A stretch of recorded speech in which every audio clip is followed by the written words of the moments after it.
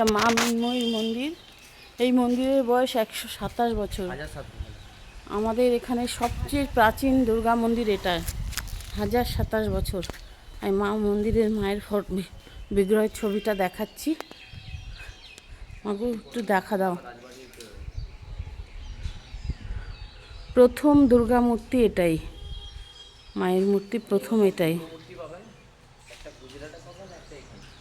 1027 বছর বয়স মায়ের এই মূর্তির।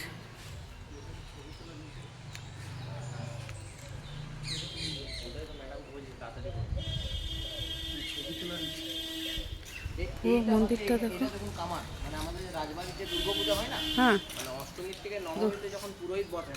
তখন হ্যাঁ মানে অন্য জায়গায় পুজো হলে কেউ কুমড়ো বলি দেয়, কেউ ইয়ে দেয়, কিন্তু আমাদের কিন্তু কামান ফাটিয়ে পুজো হয়। আচ্ছা, এখানে কামান ডাকে পুজো হয়, যে সেই কামান ভেতরে চাঁদমালা দেওয়া আছে। এরকম 3টা তোপ ফাটানোর পরে অষ্টমীর থেকে নবমী পূজা, যেটা সন্ধি পূজা বলে।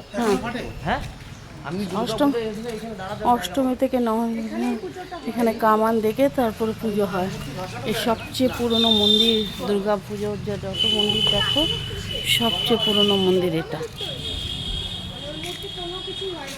মূর্তিটা নাকি গঙ্গা মাটির তৈরি, কোনোদিনও নষ্ট হয় না। 1027 বছর আগে।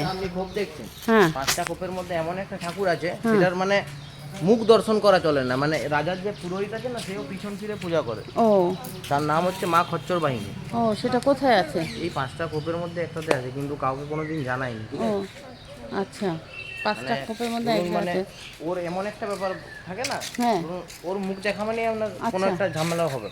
আচ্ছা আচ্ছা, মানে রাজাবাবু যখন কোনো দেশের সাথে ঝামেলায় যেতেন, তখন ওনাকে স্মরণ করে যেতেন। ও আচ্ছা, শুনলাম এখানকার সব কাহানি। এই একটা ভাই আছে, সে সব বলছে ইতিহাস।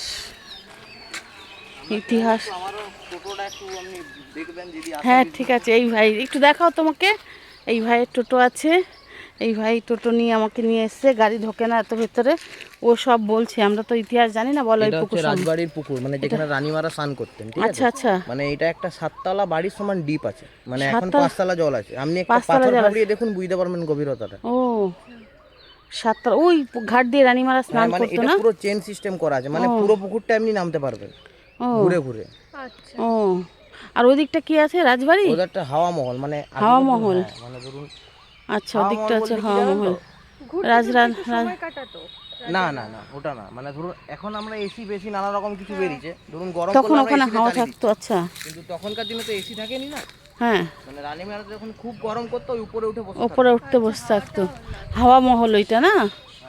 ওই যে, ভালো দেখাতে পারবেন, এদিকে আসুন। ঠিক আছে, দেখিয়ে দিচ্ছি হাওয়া মহলটা। এই ভাইটি এখানকার ইতিহাস সব জানে, ও সুন্দর আমাকে সাহায্য করছে বলতে।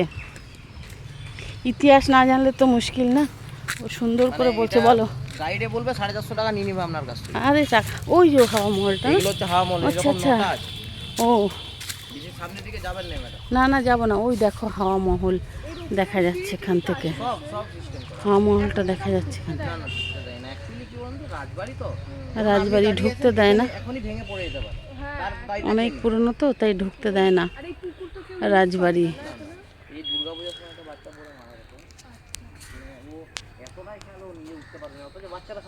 খুব সুন্দর।